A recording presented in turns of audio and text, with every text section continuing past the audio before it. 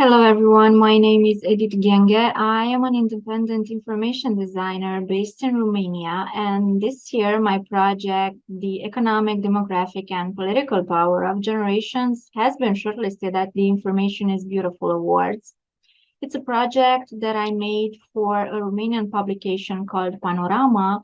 And what I want to talk about in these 10 minutes is not only the process behind building the story, but also I would like to tackle some potential data visualization solutions when dealing with abstract topics.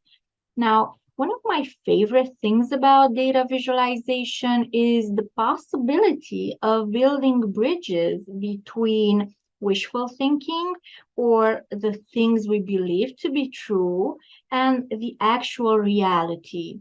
Now, my project is about generations because generations is a topic that everybody keeps talking about.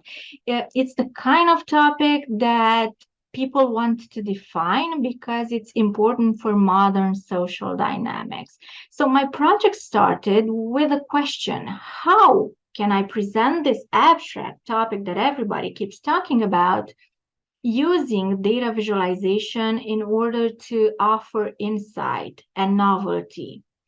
And the second question was, how can I do it with the minimal resources when it comes to building the actual design?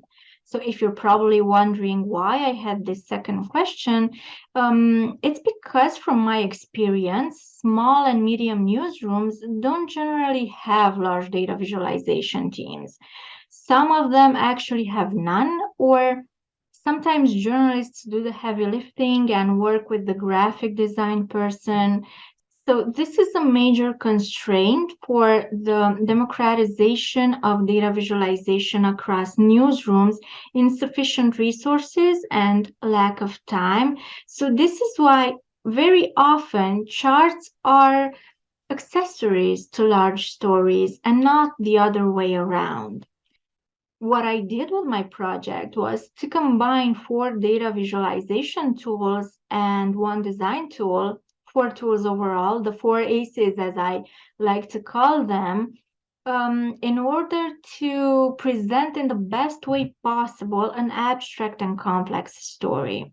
I've gathered hundreds of data sets on social, economic, and political development, and what the data showed me was that today in Romania, we are witnessing a major power shift from Generation X to millennials in all life aspects. So the demographic dominance of Generation X is crucial for what the Romanian society looks like right now. So quick historical insight: the current status and power of each generation actually goes back half a century ago. A large number of Generation Xers were born out of patriotic duty, as they say. In 1966, the communist government of Nicolae Ceausescu enacted a decree which restricted abortion and contraception and was intended to create a new and large Romanian population. So this is why today Generation X currently represents the largest age group in Romania, and specifically those born after the decree in 1967, 68, 69 represent the biggest population group inside the Generation X group. So this is one of the things that had an impact on the political scene as well. Until 2 years ago, Generation X was dominant in the political scene. The shift happened in the last round of general elections when people started voting for younger political representatives, and for the first time in the democratic history of Romania, younger politicians took office in the parliament and in city halls. So this shift in political power is actually important in understanding the policy drafting because younger generations have different areas of interest than older generations. So this is something that we also see in the economy and in consumption patterns of generations. Even though Generation Xers are the dominant, millennials earn the most, so they represent an important consumer group.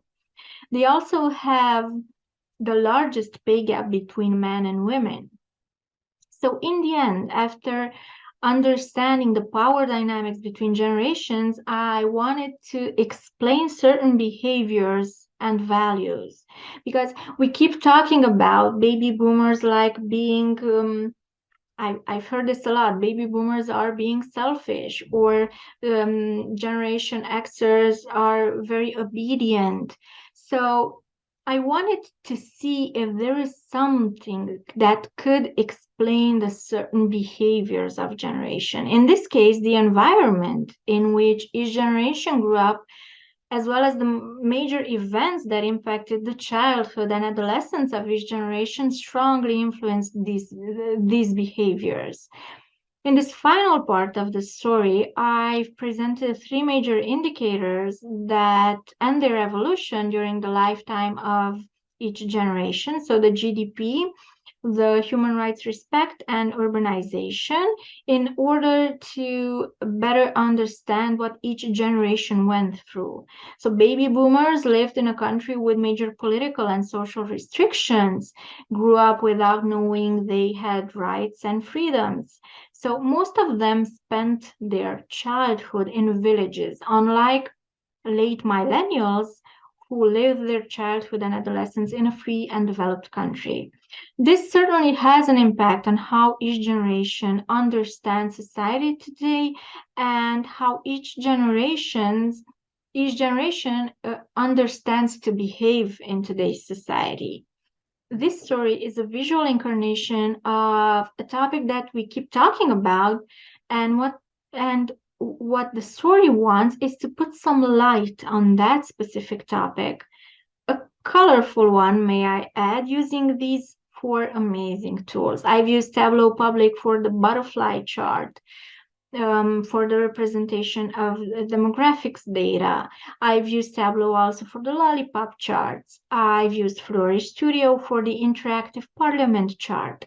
I've used Data Wrapper for the maps, and even though I have several other maps for this story that I didn't publish, I keep using Data Wrapper because their maps are and their mapping features are incredible, are mobile friendly, are very useful for journalists. So everything was put together with Affinity Designer, a tool I use to give a certain beauty to the charts, change the colors or maybe play around with the shapes. In the end, these four aces managed to tell a story through charts and not the other way around, like building the story first and just adding charts in the end like tiny accessories. And I believe this is a step towards the democratization of data visualization, especially in small newsrooms, to tell a story behind the data by combining the best of what each tool has to offer in a personal aesthetic, in a timely manner, and of course, in an eye-opening way.